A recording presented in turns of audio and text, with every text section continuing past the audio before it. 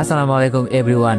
বাবা সাহেব গল্পের পঞ্চম পার্ট। তো চলো বেশি কথা না কইয়া গল্প শুরু করা যাক। রিয়া জোরে করে ধাক্কা মেরে বলে, এই ছোট লোকের বাচ্চা, তোর কত বড় সাহস আমার বুকে তোর মাথা রাখিস। রিয়া আমাকে ধাক্কা দিতে সময় খেয়াল করলো ছোট্ট দুইটা হাত তাকে বাহুবন্ধনে আবদ্ধ করার চেষ্টা করছে। রিয়ার ধাক্কায় আমার ঘুম ভেঙে যায়। চোখ কসলাতে কসলাতে রিয়াকে বললাম, সরি আমার ভুল হয়ে গেছে। রিয়া আমার দিকে অগ্নি দৃষ্টিতে তাকালো। আমি বললাম, প্লিজ তুমি আমাকে ক্ষমা করে দাও। রিয়া বলল, কি বললি ছোট লোক? আমাকে তুমি করে কোন সাহসে বলছিস? আপনি করে বল। আমি বললাম, প্লিজ আপনি আমাকে ক্ষমা করে দেন। রিয়া বলল, আর শোন, তোর মেয়েকে তুই সামলা আর আমার সামনে যেন না আসে। আর তোর মতো ছোট লোকদের কিভাবে সাহস হয় আমার শরীর স্পর্শ করার? রিয়া চেয়ে দেখে তার গায়ে কাপড় ছেঁড়া, একটা শার্ট জড়ানো। রিয়ার আর বুঝতে বাকি রইল না এটা ছোট লোকটার কাজ। কষে থাপ্পড় বসিয়ে দিয়ে বলল, তোর মতো রাস্তার ছেলে কিভাবে সাহস হয় আমার সাথে এসব করার? তোকে যদি আর কোনোদিন আমার সামনে দেখেছি জুতো পিটা করব। তোর মা মনে হয় জন্ম দিয়ে মেয়েদের সম্মান করতে শেখায়নি। মাকে নিয়ে এমন কথা সহ্য করতে পারলাম না। রিয়ার গালে কষে একটা থাপ্পড় বসিয়ে দিলাম। তোর মতো মেয়ের সাথে নোংরামি করবা আমি? ভাবলি কি করে? আরে তোর চেয়ে পতিতারা ভালো, তারাও নিজেদের সন্তানকে ভালোবাসে। তারাও অসুস্থ স্বামীকে ফেলে অন্য কোথাও চলে যায় না। রাইসা মামুনি, তুমি একটু বাইরে যাও তো। রাইসা বলল, আচ্ছা বাবাই। রিয়া বলল, কি বললি তুই? আমি পতিতা? আমি বললাম, সরি, তোকে পতিতা বললে পতিতাদের অসম্মান করা হবে। আরে পতিতারা তো পেটের দায়ে এসব করে, আর তুই তো পেটের দয়ে নয়, তুই তো শারীরিক চাহিদা মেটাতে। শোন, তুই যদি সম্পূর্ণ নগ্ন হয়েও থাকিস তোর দিকে এই রাজ ফিরে তাকাবে না। কি ভাবছিস ছোট লোক? হ্যাঁ, ছোট লোক হলেও আমার আত্মসম্মান বোধ আছে, আর এই আত্মসম্মান নিয়েই কবরে যেতে চাই। আর আমার মাকে নিয়ে যদি কোনোদিন বাজে কথা বলিস তাহলে এই রাজ তোকে কোনোদিনও ক্ষমা করবে না। তোর দেওয়া হাজারো ব্যথা বুকে দাফন করে ফেলেছি, কিন্তু মাকে নিয়ে কোনো কথা নাই। আর শোন, আল্লাহ সত্যি ন্যায় বিচারক।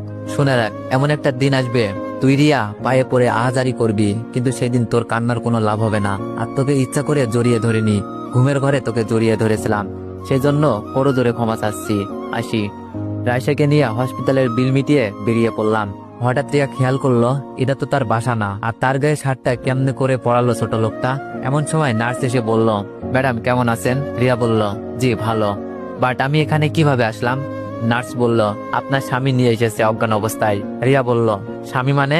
রিয়া যখন কথা বলবে তখনই নার্স বলল, ম্যাডাম আপনাকে কিছু কথা বলবো, যদি বলতে বলেন। রিয়া বলল, অবশ্যই, কেন না, বলেন।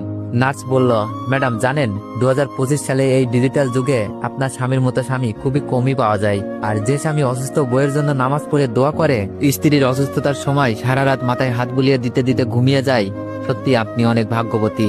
আপনি কি এমন পুণ্যের কাজ করেছিলেন যার জন্য আপনি এত ভালো একটা স্বামী পেয়েছেন? জানেন ম্যাডাম, আপনার দায়িত্ব ছিলাম কাল আমি। রাত প্রায় 1টা বাজে, যখন রুমে আসবো তখন দেখি আপনার স্বামী নামাজ পড়ছে। আপনার স্বামী নামাজ পড়ছে আপনারই পাশে। আমি আর ঢুকতে সাহস করে উঠতে পারিনি, ভেবেছি একটু পর আসবো। কিছুক্ষণ পর জানালা দিয়ে উকি দিয়ে দেখি আপনার মাথায় হাত বুলিয়ে দিচ্ছে। আমি ঘন্টাখানেক পর আবার এসে দেখি উনি ঘুমিয়ে গেছে। জানেন আপু, আমার যখন জ্বর হয় আমার স্বামী তো পাশে থাকবে দূরের কথা, রাতে মদ খেয়ে এসে অকথ্য ভাষায় গালি দেয়। মাঝে মাঝে বাইর থেকে নষ্টা মেয়েকে এনে সারা রাত কাটাই। একটাবার আমার কথা চিন্তা করেন না? তারপর আল্লাহর কাছে প্রার্থনা করি ও যেন ভালো হয়ে যায়। দোয়া করবেন আপনার ছোট্ট মেয়েটার মতো আমাদেরও যেন একটা রাজকন্যা হয়। আপনাদের মেয়েটাকে যখন দেখছি মনে হয়েছে পূর্ণিমার চাঁদ। আর আমার স্বামীটা যেন আপনার স্বামীর মতোই ভালো হয়। রিয়া বলল, আচ্ছা দোয়া রইল তোমার প্রতি। রিয়া বিরক্তি নিয়েই কথাটা বলল। নার্স বলল, আচ্ছা ম্যাডাম, আপনার হাজবেন্ড কোথায় গিয়েছে? রিয়া কি বলবে ভেবে পাচ্ছে না, তাই বলে দিল সে বাসায় চলে গেছে, পরে আসবে। নার্স বলল, আচ্ছা ম্যাডাম আমি আসি। রিয়া বলল, ওকে। নার্স চলে গেলে রিয়া ভাবতে লাগলো কেমনে সে হসপিটালে আসলো। হঠাৎ মনে পড়লো কাল রাতে যখন পার্টি থেকে ফিরছিল এমন সময় রাস্তায় একটা ছেলে সিগন্যাল দেয় দাঁড়াতে। যখন দাঁড়াই তখন তাকে জোর করে নতুন বিল্ডিং কন্ট্রাকশনে নিয়ে যায়। যখন জোর করে গায়ের কাপড় খুলতে লাগে এমন সময় সে চিৎকার করে ওঠে। তারপর আর কিছু মনে নেই।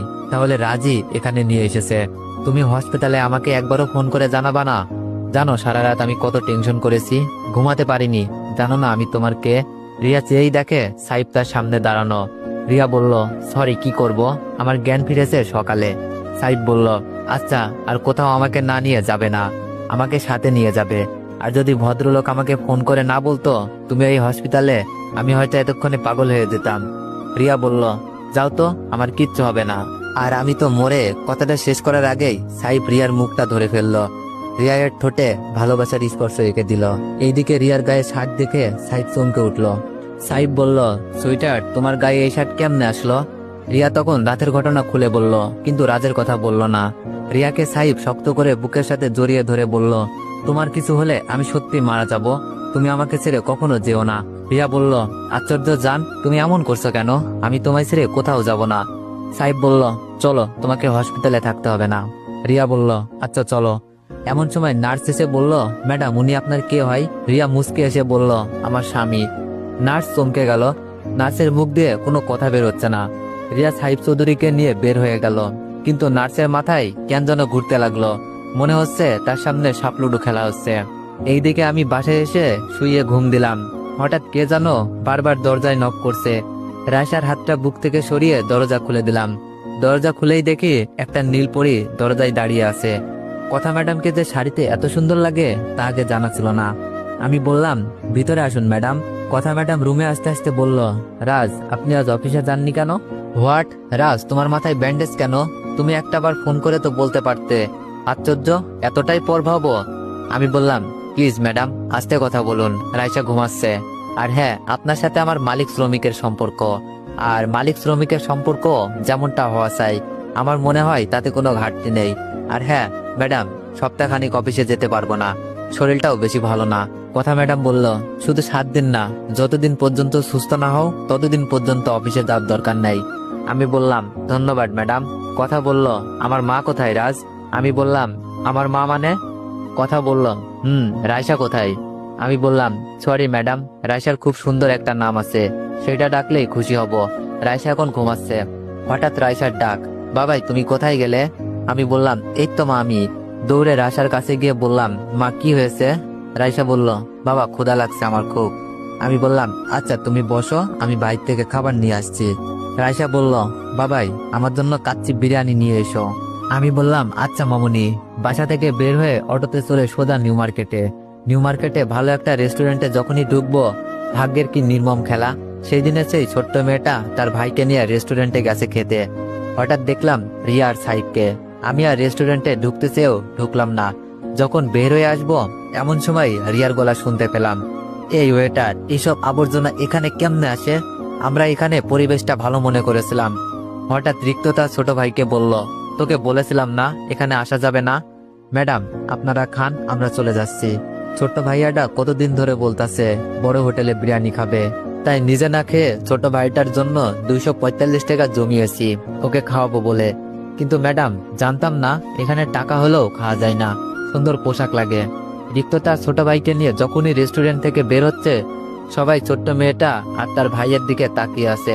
ওয়েটারটাও করুণ দৃষ্টিতে তাকিয়ে আছে, দাঁড়াও বলতেও সাহস পাচ্ছে না। রিয়া আর সাই বার্গার খাচ্ছে আপন মনে। আমি রেস্টুরেন্ট থেকে বের হয়ে যেতে চেয়েও রেস্টুরেন্টে ঢুকলাম, তবে একা নয়, রিক্তা আর তার ভাইকে নিয়ে। আমি ওয়েটারকে বললাম, 3 প্যাক কাচ্চি বিরিয়ানি দাও। রিক্তের চোখ দিয়ে পানি পড়ছে। আমি বললাম, কি হলো, কাঁদছিস কেন? রিক্ত বলল, না ভাইয়া এমনি। ওয়েটার বিরিয়ানি টেবিলে রেখে ছলছল দৃষ্টিতে বলল, ভাইয়া এই নেন। আমি স্পষ্ট দেখতে পেলাম ওয়েটারের চোখে পানি। আমি বললাম, কি হলো রিক্ত, খাচ্ছিস না কেন? রিক্ত বলল, ভাইয়া তোমার হাতে খাবো। আমি বললাম, ও আচ্ছা। খাওয়া শেষ করে ওয়েটারকে যখন 100 টাকার বকশিশ দিয়েছি, ওয়েটার তখন নোটখানা আমার হাতে ধরিয়ে দিয়ে বলল, ভাইয়া পৃথিবীর সেরা বকশিশ আমি পেয়েছি আপনার থেকে, যা হলো ভালোবাসা, টাকা লাগবে না। ছোট্ট বাচ্চার 2টার মুখের হাসি আমার বকশিশ।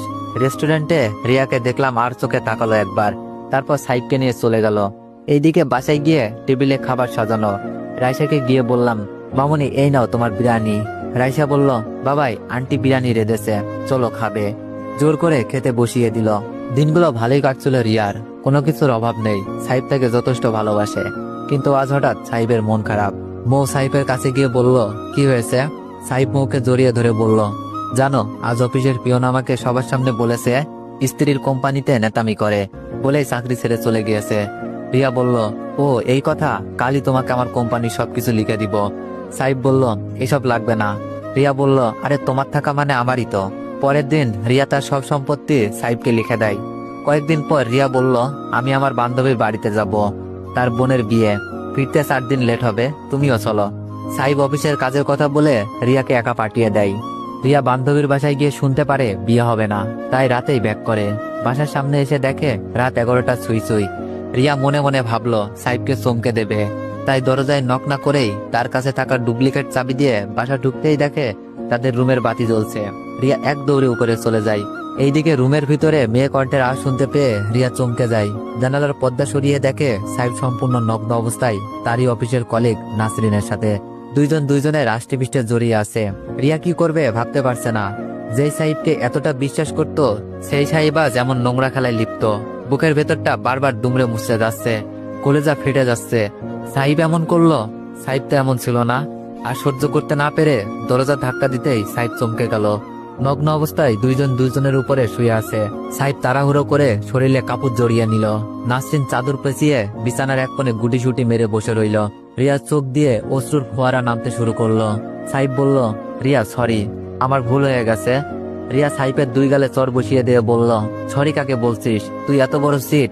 সাইফ বলল, সরি বললাম তো। রিয়া বলল, তোর কোনো ক্ষমা নেই। এইদিকে নাসরিন তার কাপড় পরে রুম থেকে বের হতে যাচ্ছে। রিয়া বলল, এই ছোট লোকের বাচ্চা, কই যাস? তোর লজ্জা করে না আমার স্বামীর সাথে কুকর্ম করতে? মেয়েটা বলল, সরি আপু, আমার ভুল হয়ে গেছে, ক্ষমা করে দিও আমায়, কোনোদিন করব না। রিয়া বলল, তুই ক্ষমা চাচ্ছিস আমার কাছে? কাছে আয়। নাসরিন কাছে আসতেই রিয়া নাসরিনের গালে চর বসিয়ে দিয়ে বলে, এই নে তোর ক্ষমা বেশ্যা মেয়ে। নাসরিন ঠাস করে রিয়ার গালে চর বসিয়ে দেয়। তোর লজ্জা করে না বেশ্যা বলতে আমাকে? আরে আমি যা করেছি তুই তো তার চেয়ে বেশি করেছিস। তুই তো তোর ফেরেস্তার মতো বাচ্চাকে রেখে সাইবের সাথে কি করেছিস? আরে তোর হাজবেন্ডের অসুস্থতার সুযোগে নিজেকে সাইবের কাছে সরপে দিয়েছিস। নাসরিন বলল, তুই এই মুহূর্তে বাড়ি থেকে বেরিয়ে যাবি। রিয়া বলল, আমার বাড়ি থেকে তাড়ানোর তুই কে? নাসরিন বলল, তোর বাড়ি কিভাবে? তোর তো কোনো কিছুই নেই। রিয়া বলল, কে বলেছে কোনো কিছু নেই? নাসরিন বলল, আমার স্বামীর বাড়ি এটা। তুই এই মুহূর্তে বাড়ি থেকে বের হয়ে যাবি, নাইলে তোকে ফুটবলের মতো লাথি দিতে দিতে বের করব। রিয়া বলল, ছোট লোকের বাচ্চা, কিভাবে সাহস হয়? এই বলে আবার যখন রিয়া নাসরিনকে চড় দিতে যায় তখন কে যেন পিছন থেকে হাতটা ধরে ফেলে। রিয়া পিছনে তাকিয়ে দেখে সাইফ। রিয়া বলল, সাইফ তুমি? সাইফ রিয়ার গালে চর বসিয়ে দিয়ে বলল, হ্যাঁ আমি। আর তোর কিভাবে সাহস হয় আমার স্ত্রীর গায়ে হাত তোলার? রিয়া বলল, তোমার স্ত্রী? সাইফ বলল, হ্যাঁ নাসরিন আমার স্ত্রী। নাসরিনের কপালে চুমু এঁকে দেয়। রিয়া বলল, তাহলে আমি কে? সাইফ বলল, তুমি আমার রক্ষিতা ছিলে। যতদিন তোমার সম্পত্তি ছিল ততদিন তুমি আমার রক্ষিতা হিসেবে ছিলে। আচ্ছা কিভাবে ভাবলে তোর মতো এক বাচ্চার মাকে আমি বিয়ে করব, যে কিনা তার স্বামীকে রেখে আমার সাথে রং তামাশায় ব্যস্ত? জানিস তোর হাজবেন্ডের কান্না এখনো আমার চোখে ভাসে। তুই তোর হাজবেন্ডের অসুস্থতার সময় তাকে ছাড়তে পারলে আমাকেও ছাড়তে পারবি। আর শোন, নাসরিন আমার বিবাহিত স্ত্রী। নাসরিনকে রিয়ার সামনে বুকে টেনে নিল। নাসরিন শক্ত করে সাইফকে জড়িয়ে ধরল। শুধু তোর জন্য দূরে সরিয়ে রেখেছিলাম, তবুও আমার ভালোবাসার মানুষ আমার স্ত্রীকে নিজের কর্মচারী বানিয়ে নিজের চোখের সামনে রেখেছিলাম। তোকে শুধু বিয়ে করেছিলাম তোর সম্পত্তিগুলো পাওয়ার জন্য। ভেবেছিলাম কয়েকদিন পর তোকে সব বলবো, কিন্তু না, সেটা হলো না। তার আগেই সারপ্রাইজ দিয়ে দিলি। কি হলো, কাঁদছিস কেন? তোর ছোট্ট মেয়েও বিয়ের আসরে কেঁদেছিল। সেদিন বুঝেছি তুই মেয়ে নামে কলঙ্ক। কিন্তু নাসরিনের কথা মতো তোকে বিয়ে করি, আর এই মুহূর্তে আমার বাড়ি থেকে বেরিয়ে যাবি। ডয়ার থেকে ডিভোর্স পেপারটা নিয়ে এসে বলল, এই নে, এটা সাইন করে দিস। রিয়ার চোখ দিয়ে টপ টপ করে পানি পড়ছে। মনে হচ্ছে বুকের ওপর কেউ পাথর তুলে দিয়েছে। কি হলো, এখনো দাঁড়িয়ে রইলি যে? নাকি আমাদের স্বামী স্ত্রীর রোমান্স দেখার জন্য দাঁড়িয়ে আছেন? এই বলে নাসরিনের ঠোঁটের সাথে সাইফ নিজের ঠোঁটটা মিলিয়ে দিল। রিয়া এখন দৌড়ে বাসা থেকে নেমে পড়ল। আজ তার কিছুই নেই, নিজের শরীরটার দিকে নিজেরই তাকাতে বড্ড ঘৃণা লাগছে। এই মুখ নিয়ে রাজের সামনেও যেতে পারবে না মেয়ের মুখে মা ডাক শুনতে। রিয়া মাঝ রাস্তা দিয়ে হাঁটছে। এইদিকে কথা তার বান্ধবীর বিয়ে শেষ করে ফিরতে অনেক রাত হয়ে যায়। মাঝ রাস্তায় কাউকে দেখা যাচ্ছে, হুইসেল দিচ্ছে দূর থেকে, তবুও সরছে না কথা। তাই গাড়ি ব্রেক করে গাড়ি থেকে নেমে মেয়েটাকে ডাক দেয়, এই মেয়ে, রাস্তার মাঝখান দিয়ে হাঁটছো কেন? রিয়া পিছন ফিরে তাকাতেই কথা চিনে ফেলে, এটা তো রিয়া।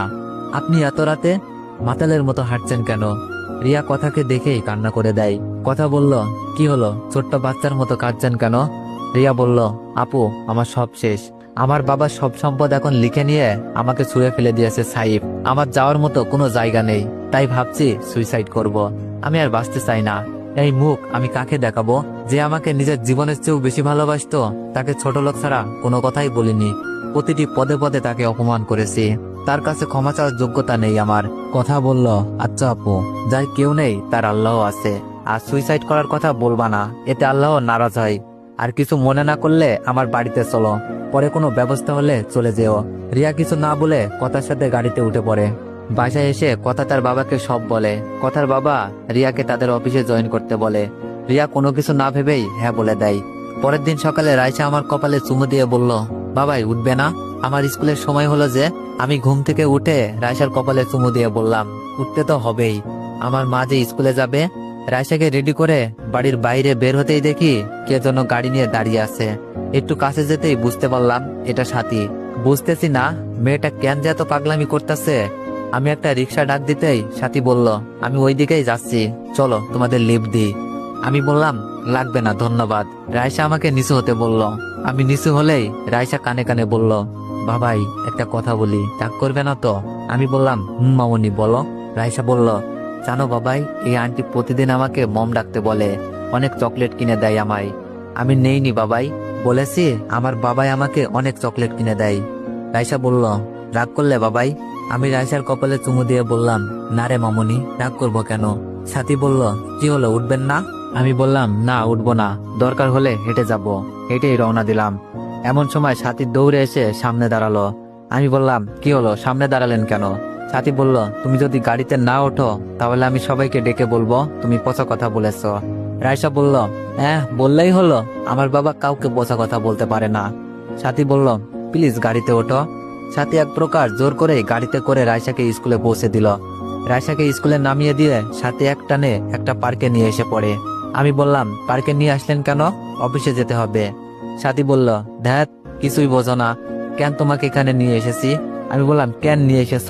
সাথী বলল, আমি তোমাকে ভালোবাসি রাজ, আমি তোমাকে বিয়ে করতে চাই। তোমার মেয়ে আছে, কোনো প্রবলেম নেই। আজ থেকে রাইসা আমার মেয়ে, আমার কোনো সন্তান লাগবে না। জানো রাজ, বার্থডে পার্টিতে যখন তোমার কণ্ঠে প্রথম গান শুনেছি তখনই তোমার প্রেমে পড়ে যাই। তো এভরিওয়ান, আমার গল্প শুনে কি তোমরা কেউ প্রেমে পড়ো না? মজা করলাম। তারপর যতবারই তুমি আমার সামনে এসেছো ততই মুগ্ধ হয়ে গিয়েছে আমি। নিজের অজান্তেই আমার এই মনটা তোমাকে ভালোবেসে ফেলেছে। তোমাকে ছাড়া আমি কিছুই ভাবতে পারি না। প্লিজ তুমি আমাকে ভুল বুঝো না। এই বলে সাথী আমাকে জড়িয়ে ধরে। আমি সাথীকে সরাতে পারছি না সাথীর পাগলামিগুলো নিতে। সাথীকে ছাড়িয়ে কষে একটা থাপ্পড় তার গালে বসিয়ে দিলাম। সাথী বলল, কি হলো, একটা মারলেন কেন? আরো মারেন। সত্যি কি কাউকে মনে প্রাণে ভালোবাসা অন্যায়? তুমি মারতে মারতে আমাকে মেরে ফেললেও বলবো তোমাকে ভালোবাসি। জানো, ইচ্ছা করলে শহরের নাম করা ধনী ছেলেকে বিয়ে করতে পারি, কিন্তু ভালোবাসতে পারি না। আমি শুধু তোমাকে চাই রাজ, তোমার মেয়ের মা হতে চাই। আমি পার্ক থেকে সোজা বের হয়ে এসে পড়লাম। পিছন ফিরে তাকালাম না। জানি পিছু ফিরে তাকালে অজানা মায়ায় আবদ্ধ হয়ে যাব।